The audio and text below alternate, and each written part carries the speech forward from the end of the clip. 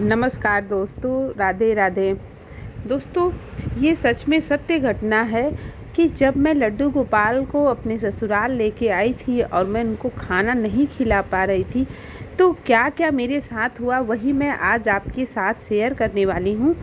दोस्तों, मैं मतलब कि बच्चों की छुट्टी हो गई थी, गर्मी में मैं घर लेके आई हुई थी। तो दोस्तों, मेरे साथ ऐसा कुछ हुआ ना कि होता क्या है ना कि अगर आप भगवान की पूजा सेवा करते हैं ना लड्डू गोपाल की, तो अगर आप अकेले रहते हैं या आपका अपने तरीके से है, तो आप उनको मतलब मॉर्निंग में ब्रेकफास्ट दे सकते हैं, उनको खाना दे सकते हैं, डिनर लंच दे सकते हैं। मतलब आपका क्या होता है कि अगर आपका किचन है तो आप अपने हिसाब से उनको मतलब कुछ भी दे सकते हैं, मतलब खाना बना सकते हैं, साफ भी बना सकते हैं। लेकिन दोस्तों, होता क्या है कि अगर आप कहीं अगर ससुराल में हैं तो आपको पता ही है कि क्या होता है। मतलब वहाँ पे इतने लोग रहते हैं कि आप कब खाना बन रहा है, इतनी सफाई से खाना भी नहीं बन पाता है। इसकी वजह से मैं मतलब उनको खाना भी नहीं खिला पा रही हूँ। मुझे खुद से ही नहीं अच्छा लग रहा है कि मैं क्या करूँ। कभी मैं उनके लिए हलवा बना देती हूँ या कभी मैं मिश्री का भोग लगाती हूँ, सुबह शाम दूध तो पिलाती हूँ, नहलाती हूँ, सुलाती हूँ, ये मैं सारा काम करती हूँ, लेकिन मैं खाना नहीं उनको खिला पा रही हूँ। मतलब मुझे ऐसे ही मतलब कि कुछ दिन हो गए मैं नहीं खिला पाई, तो मुझे मतलब कि एक दिन अचानक ही सपने में मतलब ऐसा लगा कि मेरे भगवान को मतलब भूख लगी है। ऐसा लगा कि मुझे वो आवाज़ दे रहे हैं कि मैया मुझे भूख लगी है, मुझे खाना दे दो। मतलब मैं उठी तो मुझे लगा, जब मैं सुबह उठी तो मुझे लगा कि यार मैं सच में इतने दिन हो गया मुझे भगवान को जहाँ मैं रोज़ खाना देती थी, अब मैं उनको कुछ दे नहीं पा रही हूँ, तो उनको सच में इस चीज़ का एहसास तो होगा ही। तो मैंने क्या किया कि फिर मैं उस दिन उनको मतलब पूरी सब्जी मैंने बनाया और उनको दिया और वो खाए भी।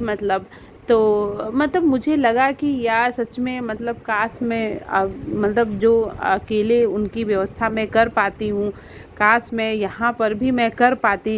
लेकिन मैं सच में इतना मजबूर हूँ ना कि मैं क्या करूँ। मैं मतलब बोल भी नहीं सकती, ज़्यादा बता भी नहीं सकती हूँ मैं क्या करूँ, क्योंकि मेरी मजबूरी है।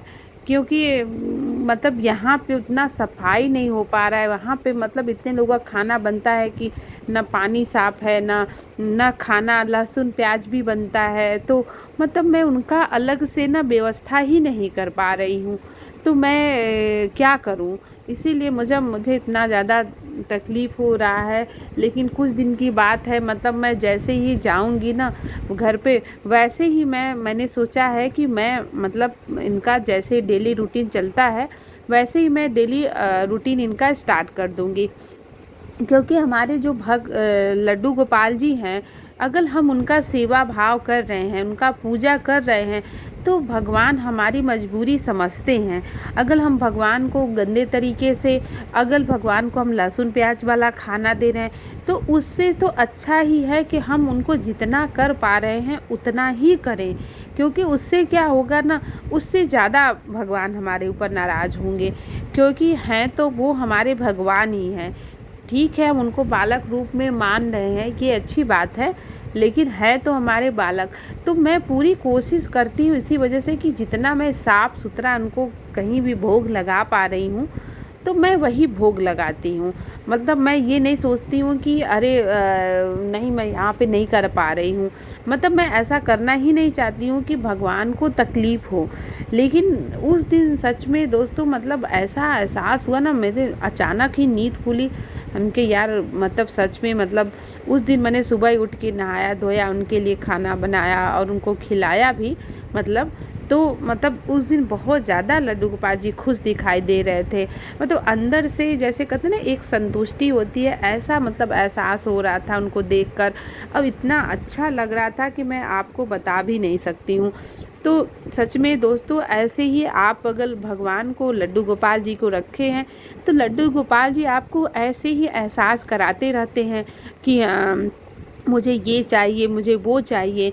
अब वो वही एहसास को समझ सकता है जिन्होंने लड्डू गोपाल जी को रखा हुआ है, जो भक्ति भाव से उनकी पूजा करते हैं, जो कृष्ण भगवान पे विश्वास करते हैं, क्योंकि उनके लिए तो बेकार ही है। उनके लिए मतलब वो अगर ये हमारा वीडियो देखेंगे तो उनको सब कुछ निरर्थक ही लगेगा, क्योंकि वो इस पे विश्वास नहीं करते हैं।